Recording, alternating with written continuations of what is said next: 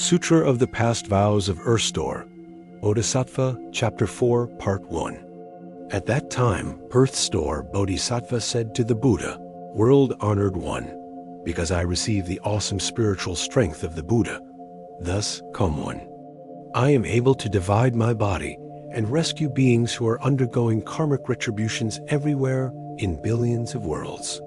If it were not for the great compassionate strength of the thus come one, I would be unable to manifest such changes and transformations. Now the world-honored one has entrusted me with rescuing and liberating beings in the 6 paths until Ajita becomes a Buddha. I accept the entrustment, world-honored one. Please have no further concern." Then the Buddha told Earth Store Bodhisattva, "Beings who have not yet obtained liberation have unfixed natures and consciousnesses. Their bad habits reap bad karma. Their good habits bring rewards. Reacting to situations by committing good or evil deeds causes them to turn in the 5 paths without a moment's rest. Throughout eons as numerous as dust motes, they remain confused, deluded, obstructed, and afflicted by difficulties. They are like fish swimming through waters laced with nets. They may slip through and keep their freedom temporarily, but sooner or later they will be caught. I am concerned about such beings. But since you keep making extensive vows repeatedly throughout successive eons to take such offenders across, what further worries need I have?" After that was said, a Bodhisattva Mahasattva in the assembly named Samadhi Self-Mastery King said to the Buddha, "World-honored one, what vows has Earth Store Bodhisattva made during so many successive eons that now cause him to receive the world-honored one's special praise? We hope the world-honored one will tell us about this." Then the world-honored one replied to Samadhi Self-Mastery King, listen attentively, and reflect well on the examples I am about to give you. One time, limitless asamkhya's of nayutas of inexpressible eons ago, a Buddha named All Knowledge Accomplished, thus come one worthy of offerings, one of proper and pervasive knowledge, one perfect in clarity and conduct, well gone one, unsurpassed knight who understands the world, taming and subduing hero, teacher of gods and people, Buddha, world-honored one, appeared in the world. That Buddha's lifespan was 60,000 eons. Before he became a monk, he was the king of a small country and was friendly with the king of a neighboring country. Both kings practiced the 10 wholesome deeds and benefited beings. Because the citizens of those 2 neighboring countries did many bad things, the 2 kings made a plan using far-reaching expedients. One king vowed to quickly become a Buddha and then rescue absolutely all the other beings. The other king vowed, "I do not want to become a Buddha until I first rescue all those who are suffering for their offenses, enabling them to find peace and finally to reach Bodhi."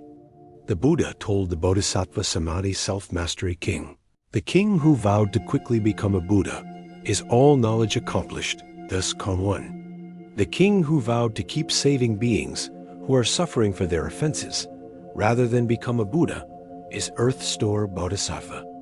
Another time, limitless asamkhya eons ago, a Buddha named Pure Lotus Eyes, thus come one, appeared in the world. His lifespan was 40 eons. In his Dharma image age, an arhat who had accumulated blessings from rescuing beings met a woman named Bright Eyes, who offered a meal to him once while he was teaching and transforming beings. "What is your wish?" asked the arhat. Bright Eyes replied, "On the day of my mother's death, I performed meritorious deeds to rescue her, but I do not know where my mother is now." Sympathizing with her, the arhat entered Samadhi to contemplate and saw that Bright Eyes' mother had fallen into a bad destiny where she was undergoing extreme suffering. The arhat asked Bright Eyes, "What unwholesome karma did your mother create while alive that makes her now have to undergo such terrible suffering in a bad destiny?" Bright Eyes replied, "My mother enjoyed eating fish, turtles, and other sea creatures. She especially liked to fry or broil fish and turtle eggs. Every time she ate those, she took thousands of lives. Oh, Venerable One, please be compassionate and tell me how she can be saved. The Arhat took pity on Bright Eyes and used his skillful means. He urged Bright Eyes thus, with sincere resolve, be mindful of pure lotus eyes. Thus come one, and also make carved and painted images of him. When you do so, both the living and the dead will be rewarded. Bright Eyes heard that, quickly renounced everything she loved, and swiftly commissioned painted images of the Buddha. Then she made offerings before them. The reverence she felt moved her to tears, and she wept in grief as she beheld and bowed to the Buddha. Suddenly, near the end of the night, in a dream, she saw that Buddha's body, dazzling golden color and as large as Mount Sumeru, emitting great light. He said to Bright Eyes, your mother will be born in your household before long, and as soon as that infant can feel hunger and cold, he will speak. Shortly thereafter, a maidservant in the house bore a son who spoke before he was 3 days old. Lowering his head and weeping, he said to Bright Eyes, the karmic conditions we create during our lives and deaths result in retributions that we ourselves must undergo. I am your mother, and have been in darkness for a long time. Since you and I parted, I have repeatedly fallen into the great hells. Upon receiving the power of your blessings, I have been reborn as a servant's child with a short lifespan. 13 years from now, I will fall into the evil paths again. Do you have some way to free me so that I can avoid them? When Bright Eyes heard those words, she knew without a doubt that they were her mother's. Choked with sobs, she said to the servant's child, since you were my mother, you should know your own past offenses. What unwholesome karma did you create that made you fall into the evil paths? The maidservant's son answered, I am undergoing retribution for 2 kinds of karma, killing and slandering. Had I not received the blessings you earned to rescue me from difficulty, I would not yet be released from that karma. Bright Eyes asked, what happens in the hells when beings undergo retribution for their offenses? The maidservant's son answered, I can't bear to speak of the ways in which beings suffer for their offenses. Even if I were to live for 100,000 years, I would find it hard to talk about. When Bright Eyes heard that, she wept bitterly and spoke into the air, saying, I vow that my mother will be released from the hells forever. At the end of these 13 years, she will be done with her heavy offenses and will not go back to the evil paths.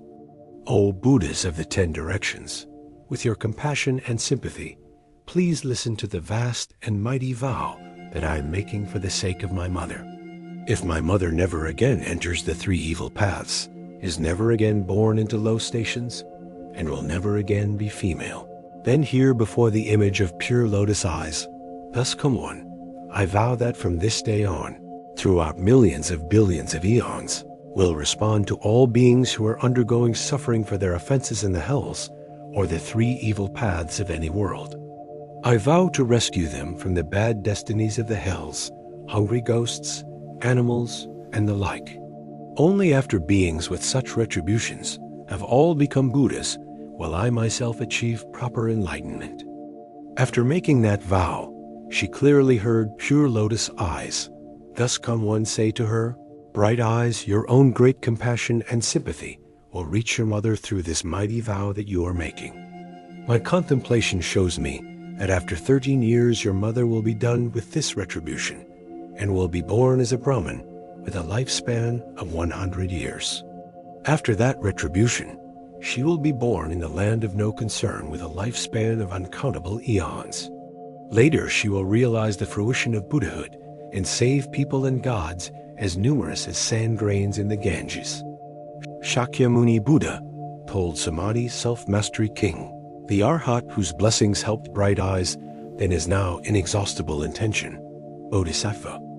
The mother of Bright Eyes is now Liberation Bodhisattva. Bright Eyes herself is now Earth Store Bodhisattva. He has been extending his compassion and sympathy like that from distant eons onward by making vows as many as Ganges sands to rescue vast numbers of beings.